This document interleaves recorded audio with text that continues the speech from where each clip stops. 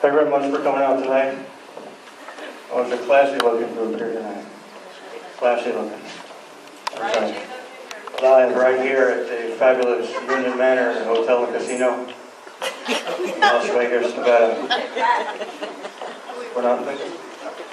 I tell you, I just moved in. I just flew in here from Honolulu. Oh, you gotta go. Oh, I've been over there. Yeah, beautiful. I was on my Blue Hawaiian tour. I had too many Blue Hawaiians, if you know what I mean, but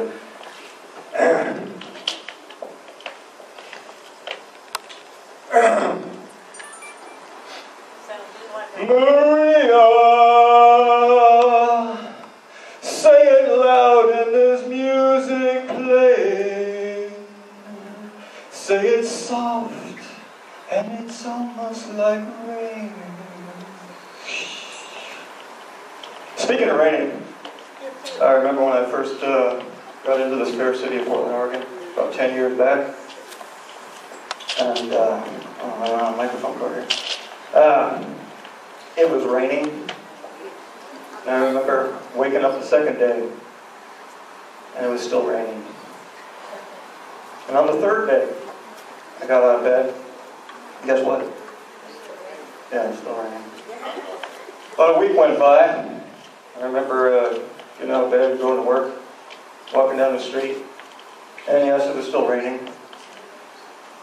And I saw this little boy. I walked up to him and I said, "Son, does it ever stop raining here?" He said, "How should I know, mister? I'm only 8.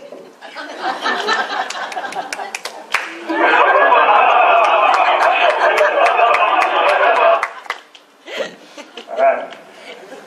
So I guess you noticed the bathroom. Yeah, it's a little small. Actually, I'm not into Elvis all that much. This was actually just the only clean clothes I had to wear. All the rest of my stuff was in the laundry. This is actually a Halloween costume back from 5th grade. Still fits.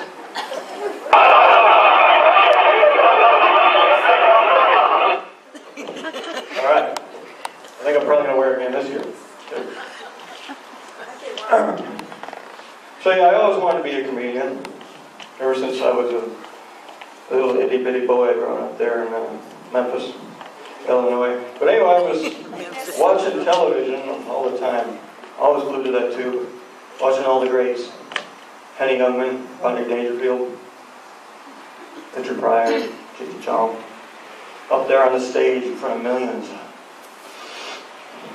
You know, just cracking jokes, being funny. I thought to myself, I could do that.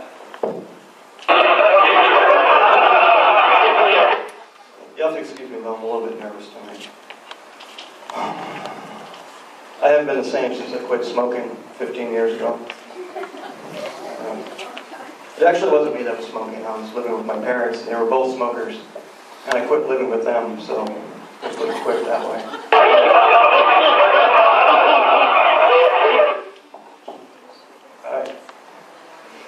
I told my sister I was nervous about coming up here tonight. First time ever doing stand-up comedy in front of a live audience. And of course, first time wearing an outfit.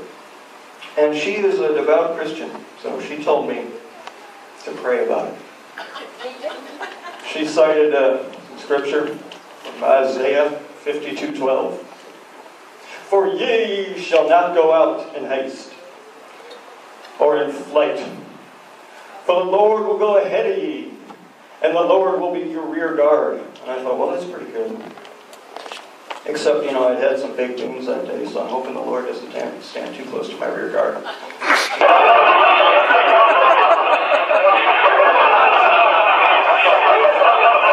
But the word is a very interesting thing. I'm into words. I'm into knowledge. I guess you can call me an infomaniac. The words people use for comedy, comedian terms. Like if you're doing really well, you know, you're a hit. Or you knock them dead, you know, you killed that crowd tonight. You slayed them. Or you bombed if you're doing really bad. But yeah, I don't want to hurt anybody. I'm a very peaceful, passive guy. Just trying to do my little thing. Settle on. I want to do that too. But it's funny the words people use. I mean, the other day a buddy of mine said he's going to come over, but first he has to go hop in the shower. And I'm like, don't hop in. No hopping. Unless you're wearing safety gear, no hopping. Don't hop in that shower.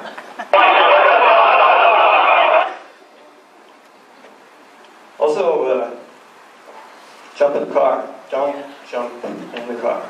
You know, I've tried jumping. I've tried hopping in the car and jumping in the car. And it's not easy. You gotta wear a helmet. And it's pretty dangerous, especially with a movie. So anyway, this blind man goes into a grocery store and starts walking down the aisle and knocking stuff off the shelf with his cane. Stuff's flying, boxes are flying all over the place. Clerk comes up to him and says, "Can I help you?" He says, "No, just looking."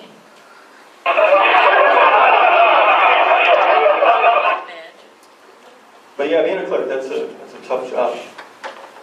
I wouldn't want to do that. I myself am a house cleaner.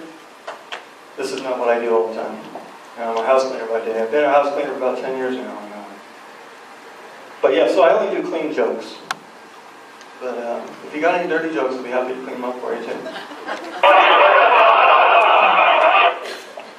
But yeah, being a house cleaner is pretty boring. One day in work, mop, vacuum, mop, vacuum.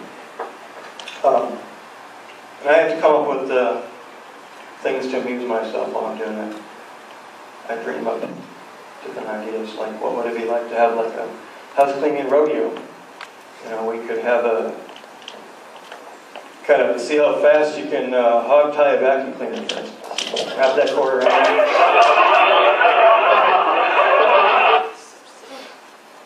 I wonder what it'd be like if I was to go clean a house for the first time and walk in there. No one would be home, as far as I know.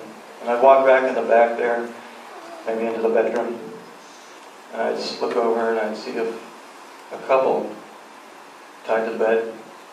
I don't know, I'm the kind of person that doesn't like to get involved in things, so I might just around them, maybe vacuum around them, and maybe, hopefully there's a check waiting for me, and I hightail it out there, but I'd probably untie them. Who knows? Could have been a burglar that came in there. Maybe we'd stand around and try to figure out what the culprit is. Look around for clues like Matlock.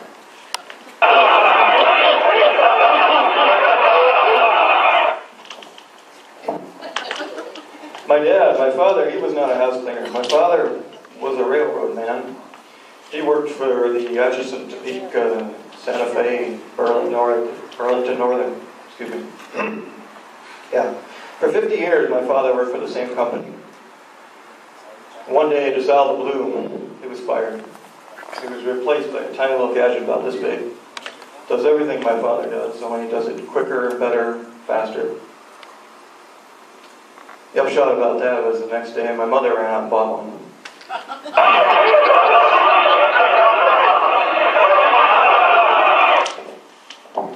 Thank you. Thank you very much. So, as so often happens with people, my father passed away. But on his deathbed, I remember clearly a very tender moment where he sold me that gadget. And now it sits up on my mantelpiece next to the urn.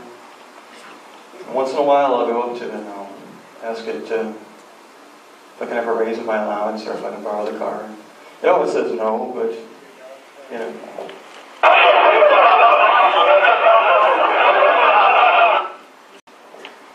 Can I tell a tiny little dirty joke? Just a little dirty joke? Tiny. I'll clean it up afterwards, I promise. So, Shakespeare and Socrates both die and go up to heaven. And they're up there at the pearly gates. And St. Peter says, I can only let one of you in. And to decide who gets in, you got to both come up with a sonnet, a poem, as it will. But it's got to have the phrase Timbuktu in it. Like, okay. So Socrates steps up to the podium. He says, we're standing around surveying the land. Our feet were embedded in the burning sand. When a caravan hove into view, Destination, Timbuktu. Oh, pretty good. Okay, Shakespeare. Your turn. Shakespeare steps up to the podium. He says, Tim and I a-hunting went. We spied 3 maidens in a tent. They being 3 and we being 2. I bucked 1 and Tim bucked 2.